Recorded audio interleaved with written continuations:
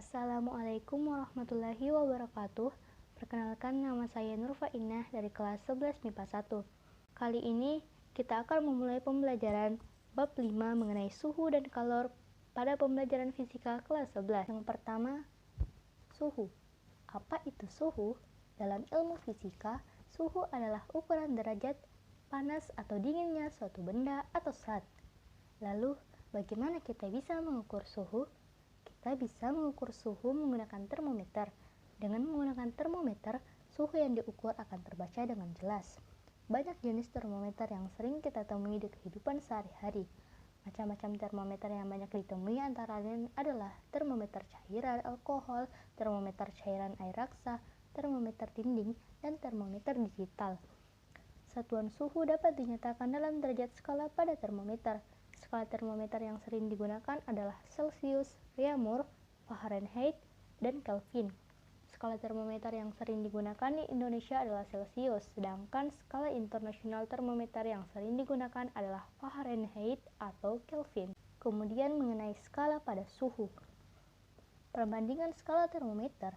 Perbandingan hubungan antara termometer Celsius, Reaumur, Fahrenheit, dan Kelvin ditunjukkan dalam persamaan berikut, yaitu Celsius banding Reaumur banding Fahrenheit kurang 32 dibanding dengan Kelvin sama dengan 5 banding 4 banding 9 banding 5. Perbandingan skala termometer di atas dapat digunakan untuk melakukan konversi suhu. Konversi suhu adalah pengukuran suhu dari satu skala termometer ke skala termometer lainnya.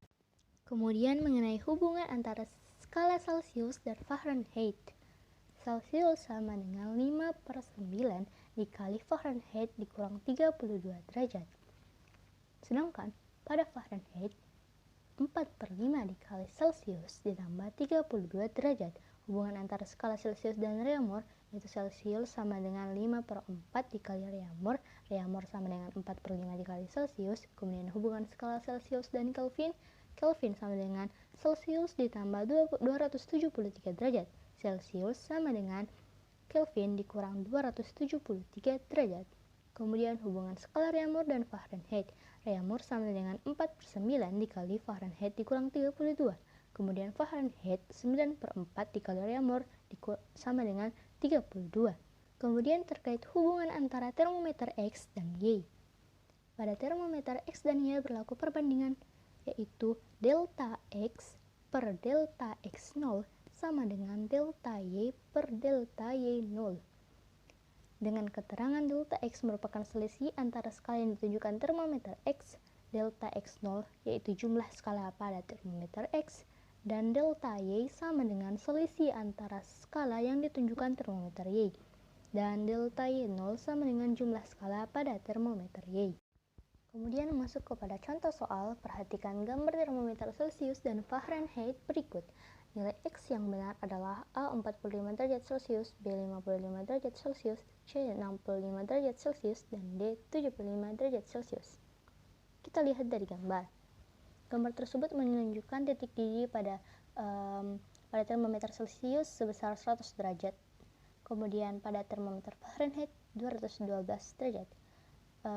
Dan terdapat titik beku dari Celsius yaitu 0 derajat, titik beku dari Fahrenheit 32 derajat, dan terdapat selisih antara skala yang ditunjukkan oleh termometer Fahrenheit yaitu sebesar 167 derajat, sehingga rumus yang kita dapatkan CA kurang C per CA kurang CB sama dengan FA kurang F per FA kurang FB.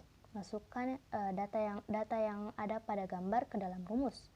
100 kurang X per 100 kurang 0 sama dengan 212 kurang 167 per 212 kurang 32. 100 kurang X per 100 sama dengan 45 per 180. 100 kurang X per 100 sama dengan, kecilkan bilangan tadi yang 45 per 180 menjadi 1/4. Kemudian 100 kurang X sama dengan 1/4 dikali 100. 100 kurang X sama dengan 25 min X sama dengan 25 kurang 100, sehingga didapatkan hasilnya X sama dengan 75 derajat, sehingga jawabannya adalah D. Selanjutnya pada bab B tentang pemuaian zat. Apa itu pemuaian zat?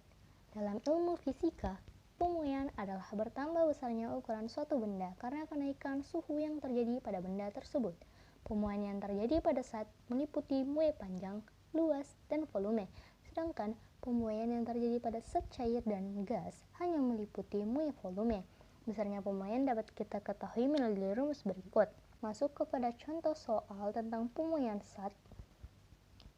Perhatikan gambar dan tabel berikut.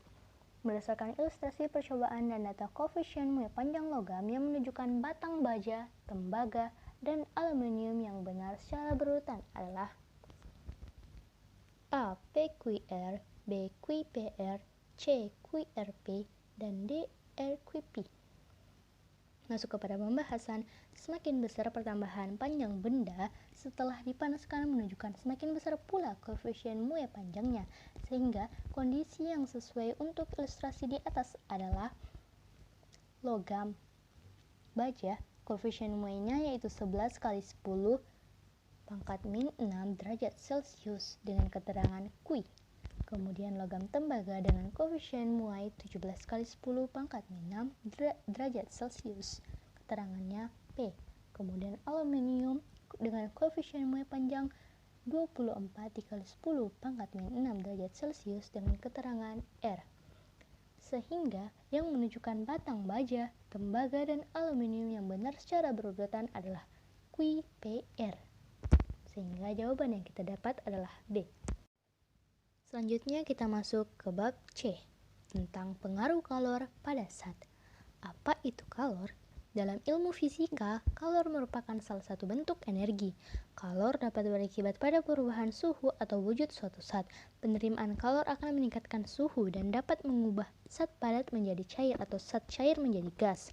Sedangkan pelepasan kalor akan menurunkan suhu dan dapat mengubah zat cair menjadi padat atau zat gas menjadi zat cair. Kalor yang diterima atau dilepas oleh suatu benda dapat dihitung dengan rumus Q sama dengan M dikali C dikali delta T tambah M dikali L. Di mana Q adalah banyak kalor, M adalah massa benda, C adalah kalor jenis, delta T adalah perubahan suhu. Apabila benda mengalami perubahan wujud, maka jumlah energi yang digunakan tersebut dihitung dengan rumus M kali L, di mana L adalah kalor jenis perubahan wujud zat. Satuan ukur kalor adalah kalori, di mana 1 kalori adalah jumlah energi panas yang dibutuhkan untuk menaikkan suhu 1 gram air sebesar 1 derajat Celcius. 1 kalori disetarakan dengan 4,2 joule. Selanjutnya kita memasuki bab D tentang perpindahan kalor. Perpindahan kalor dapat dibagi menjadi 3 jenis berdasarkan medium perantaranya. 3 jenis perpindahan kalor tersebut adalah konduksi, konveksi, dan radiasi. Yang pertama, konduksi. Konduksi berarti energi kalor bergerak tanpa disertai pergerakan permanen medium yang menjadi penghantar kalor.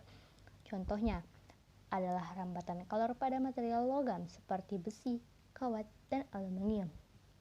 Yang kedua, konveksi. Konveksi adalah perpindahan kalor yang terjadi seiring dengan perpindahan zat perantara atau mediumnya. Contohnya yaitu pendingin ruangan dengan AC dan pemanasan air. Yang ketiga, radiasi. Radiasi adalah penghantaran energi kalor tanpa dibutuhkan penghantar. Kalor ditransmisikan dengan emisi gelombang elektromagnetik pada level molekular. Radiasi panas terjadi karena pergerakan acak momentum dan atom akibat radiasi elektromagnetik. Setiap benda akan mengeluarkan radiasi thermal, tergantung dari panas yang dimiliki. Semakin besar kalor pada objek tersebut, maka semakin besar pula radiasinya. Salah satu contoh radiasi kalor adalah perpindahan energi panas dari matahari ke bumi dan benda-benda antariksa lainnya. Ketiga jenis perpindahan kalor tersebut dapat terjadi sekaligus pada suatu proses pemanasan. Contohnya adalah proses memanaskan panci berisi air di atas kompor.